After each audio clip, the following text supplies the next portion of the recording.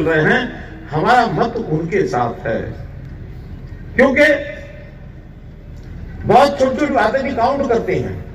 कांग्रेस के समय में जो भ्रष्टाचार का बोलबाला रहा, चाहे वो केंद्र के नाते से केंद्र सरकार जिनकी चिंता कर रही है कि कांग्रेस के टाइम के ऊपर बड़े बड़े भ्रष्टाचार, उनकी सरकार के समय लोग कहते हैं आकाश बेच खाया, पाताल बेच खाया, जमीन बेच खाई।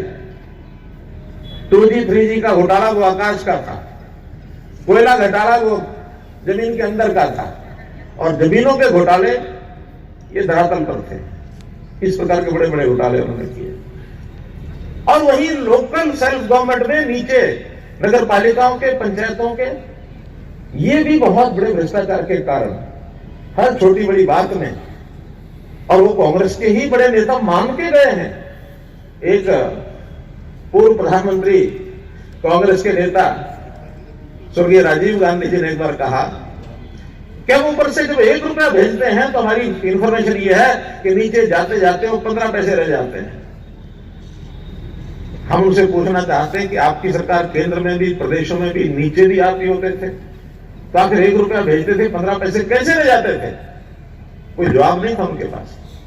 आज हमने उन चीजों की चेकिंग की है, उसके ऊपर लगाम लगाई है, और हमने केंद्र हो चाहे प्रदेश हो चाहे स्थानीय निकाय हो, भ्रष्टाचार को कैसे खत्म करने का लक्ष्य है। लेकिन मेरा दावा नहीं कि सब खत्म हो गया, कम जरूर हो गया है, और हमने उसके लिए टेक्नोलॉजी का सहयोग लिया है। आज पैसा ऊपर से अगर भेजा जाता तो किसी के हाथ में हम चेक नहीं पकड़ाते, कैश नहीं पकड़ाते। ओल्ड एज पेंशन सब कैश में बढ़ती थी पहले, हमारे सरपंच, हमारे पार्षद ये बांटा करते थे। 4-6 लोग जिनकी मृत्यु हो जाती थी, उनके कैश उनका वहां से तो ले आते थे, मृत्यु हो गई, बुजुर्ग के पास पहुंचते नहीं, जो जेब में डाल करके खाना पूर्ति करते थे। ये हमने अपनी आंखों देखा है। लेकिन आज हर किसी के खाते में डायरेक्ट डीबीटी वहां से आती है, चाहे वो पेंशन हो, चाहे वो राशन का पैसा हो।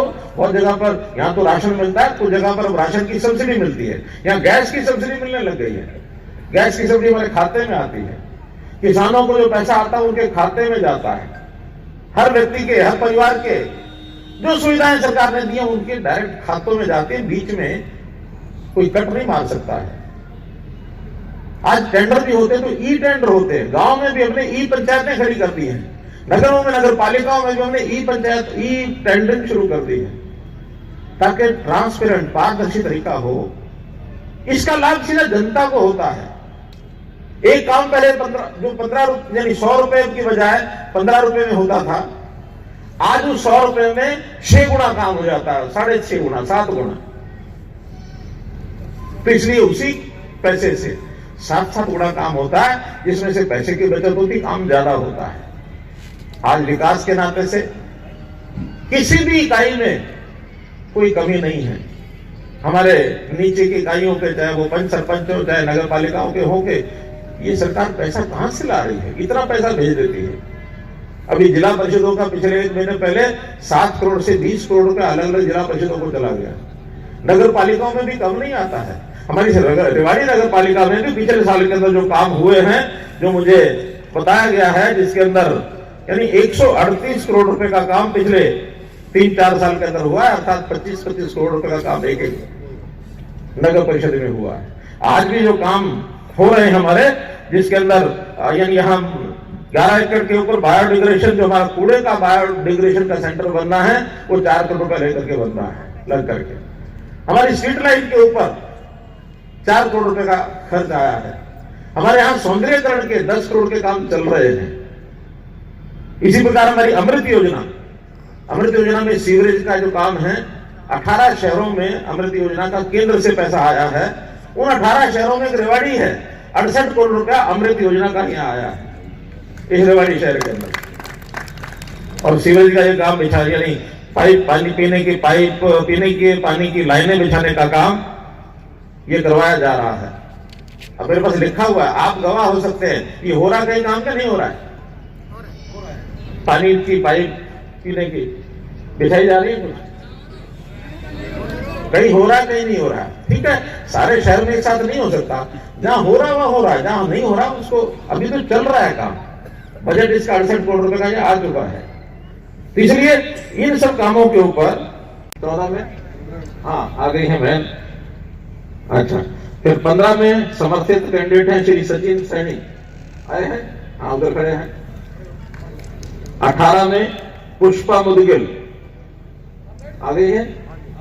अरे ताली बजा दो सब इनके, आप अभिनंदन ही आपको कर रहे हैं, आप इनका अभिनंदन स्वीकार भी करो। निहाल सिंह जी वार्ड नंबर 19, बहुत बढ़िया। 21 में राजेंद्र सिंगल जी, वाह राजेंद्र जी। 22 में बहन पूजा यादव। 23 में भूपेंद्र गुप्ता जी, बहुत अच्छा। तो आप सबका अभिनंदन, इनका अभिनंदन आप स्वीकार करें और इनको सब आप आशीर्वाद दें और इनको सबको भारी मतों से जिताएं। और जब ये जीतेंगे, पूरे नगर के 31 वार्डों के लोग अगर जीतते हैं और हमारी चेयरपर्सन मैम पूनम यादव बनती हैं, तो इस शहर की जितनी समस्याएं हैं छोटी बड़ी नागरिकों की, सबको हल करने के लिए इनकी ओर से तो प्रयत्न होगा ही होगा, हम इनसे भी ज्यादा प्रयत्न करके आप तक सारे लाभ पहुंचाएंगे। और इस इलाके के जो किसान वर्ग के लोग हैं वो आज सरकार से बड़े प्रसन्न है। मैं भी नारनौल से आया हूं, हजारों की संख्या में किसान वहां पहुंचे हैं।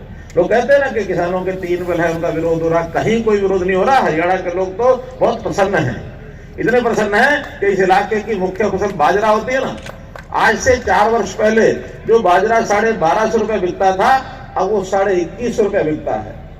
21.5 रुपया, 900 रुपया रेट बढ़ा है।